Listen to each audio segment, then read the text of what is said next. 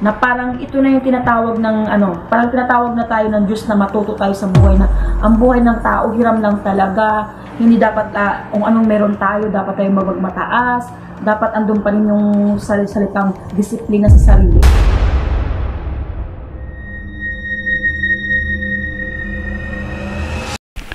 Hello po mga ka-PTV, sa video na ito ay tatalakayin natin ang pagkasawi ng napakadaming buhay sa isang lugar na ito ayon sa mga visions ni Madam Ruthie Baldwin. Pero kung ikaw ang hindi pa nakasubscribe sa aking channel, baka naman.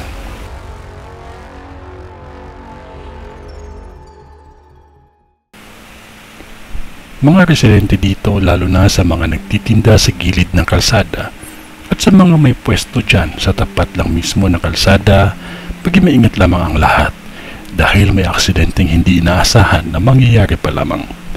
May sasakyang sumalpok ng malakas sa pwesto ng mga nagtitinda at may vendor akong nakita na nadamay. Matinding aksidente ito sa mga nasawi at may mga nasawi sa pangyayaring ito. Bago lumabas ng bahay at magtinda o kahit ano pang ginagawa natin sa araw-araw, magdasal muna palagi. May nakikita akong tatlong sunog na mangyayari pa lamang sa lugar na ito. Ang isa ay hindi kalayuan sa Ongpin.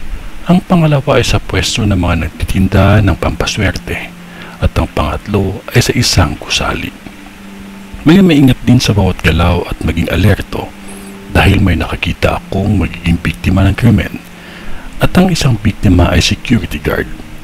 Huwag basta magtiwala at maging alerto lamang palagi sa bawat galaw natin.